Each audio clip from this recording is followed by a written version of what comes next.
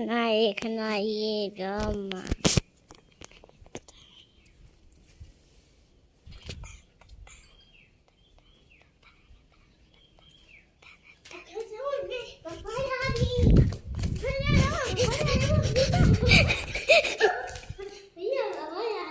ဒီနေ့ vlog လေးကတော့ဒီလောက်ပါပဲဒီနေ့ vlog လေးကတော့ဒီနောက်တော့ပဲနော်ဒီနေ့ vlog လေးကတော့ဒီလောက်ပါပဲပေါ့နော်